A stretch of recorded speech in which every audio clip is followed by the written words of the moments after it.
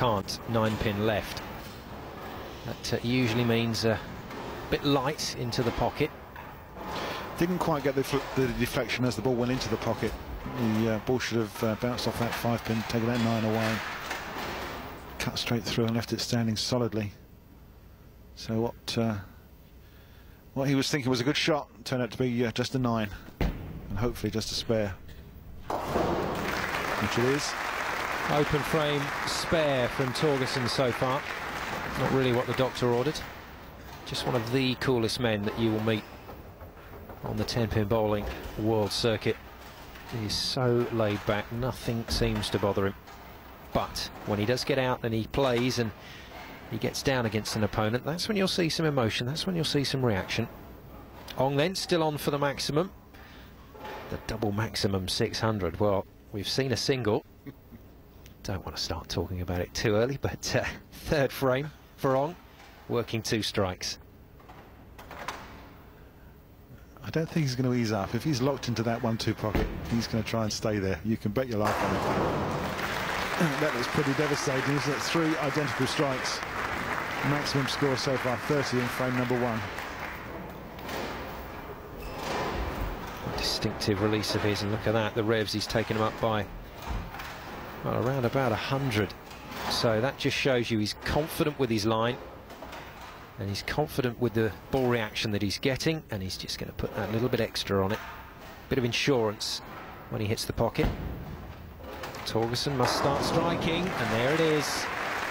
The Vikings back. A distinctive change of line there for Torre. Moved very much more to the right-hand side of the lane. Tried to open it up, play around the drier area, come up around the break point, and flush the pocket. Very good-looking shot. Nice change. Oh no, still in control despite that strike from Torgersen.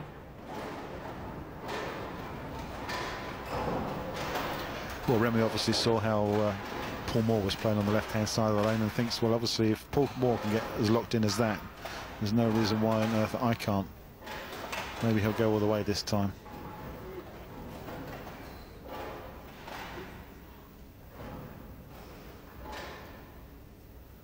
Well, both guys are up in the 400s for their rev rate in terms of their averages over these first 3 frames. So they're both attacking, they're both being very aggressive at the foul line.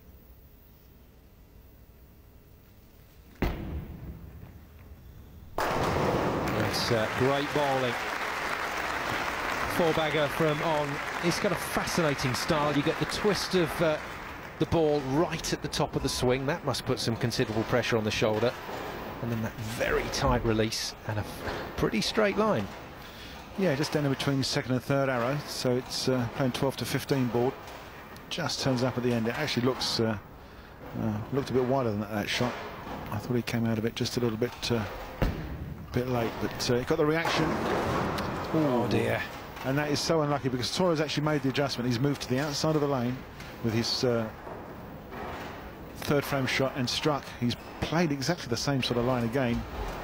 I mean, he's on the opposite side of the lane to where he started, because he started far left, didn't he? And he was throwing it right out to bring it back in. Yeah. Very much looking for a strike there, speeded the ball up, and unfortunately left that 9-pin there standing quite defiantly. It would have been a double, but unfortunately not. Falls further behind. Ong still on for the maximum 300. Torgersen, the best he can hope for from here with strikes all the way would be 248. That's just on this first game. His overall maximum to the far right from 2 games, 548.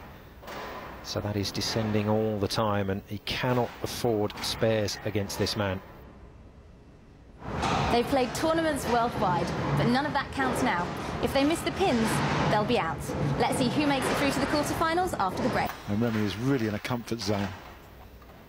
So there's going to be no rushing him. This is going to be Remy's game. He's going to play at his own pace and make sure he gets ahead. He's over 50 pins ahead already. Can he bury another one? Yes, he can. Certainly can. That beautiful sideways movement of all the pins as they just collapse down for him. Michael Schmidt and Father Rick watching on. The Canadian, unfortunately for him, out of this year's tournament. Pretty emotionless, Remy, but 5 strikes in a row is good enough for anybody. And Torrey will just hope that he can hang around for a little while. Look at that drastic change in the position of delivery. Well, typical Torgersen, he's going to try and find a way. He's getting a dose of his own medicine at the moment from Ong, but he's got some fight in him still. Yeah, that was a bit unfortunate. That could have so easily been 3 strikes in a row. He's upped his speed, upped his rev rate, and he's hit the pocket 3 times in a row, and unfortunately only made 2 strikes and no doubles. So as yet, he's not advancing. He's not catching Remy in any way whatsoever. And with 5 frames gone, it's half a game, so we're a quarter way through the whole match. And he needs some sort of reaction now. He's really starting hitting some big numbers. He's looking a bit dejected, is Torgersen.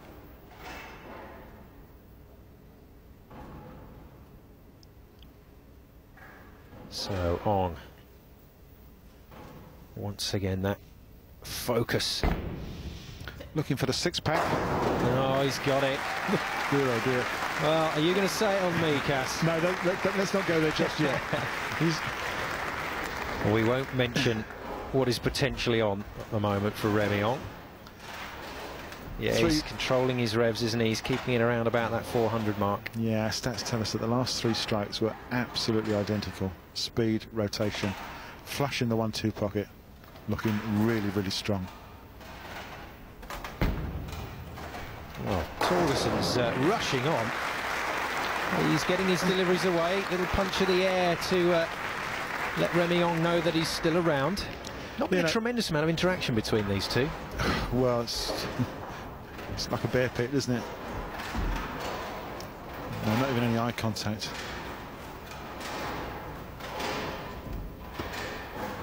I'll tell you what, Torgersen hasn't done much wrong in this game so far. He's just not quite had the luck. 3 strikes, 2 spares and an open frame. I mean, he cannot afford another open full stop, but he really can't afford spares with Ong in this terrifying form. Well, no, he's moving right up to the right-hand side of the lane, so let's hope we'll get some consistency out there. It's just a matter where he's going to hit the pocket and carry. Ong looking for 7 strikes. No, that's the first weak pocket hit that he's had. And the crowd responding to what has been a terrific opening salvo. Yeah, his rev rate's up again. It's just a fraction light in the pocket. Couldn't quite hit them thin enough. Made them spin. Hello, he's got his football bowling ball out there. There's a spare ball for you. That's a cracker. Absolutely. Rock hard, solid, plastic ball. Should go pretty straight. And does. Takes the spare away. Placing 278 this game. And there's no reason why he's not going to get back on strikes again.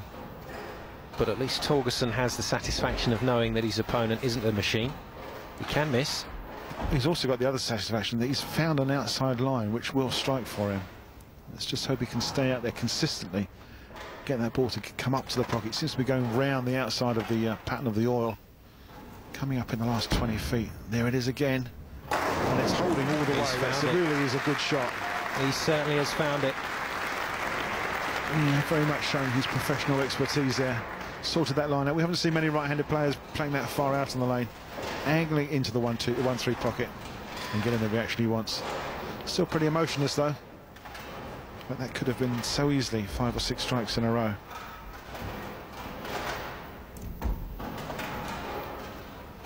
That's how it stands. Maximum's getting closer, just 30 pins in it if they strike out from here. And you wouldn't bet against it either, with the way these two have been bowling so far. Yeah, they both appear to have brought their A game to this lane. It's reacting well for both of them, left and right hand side.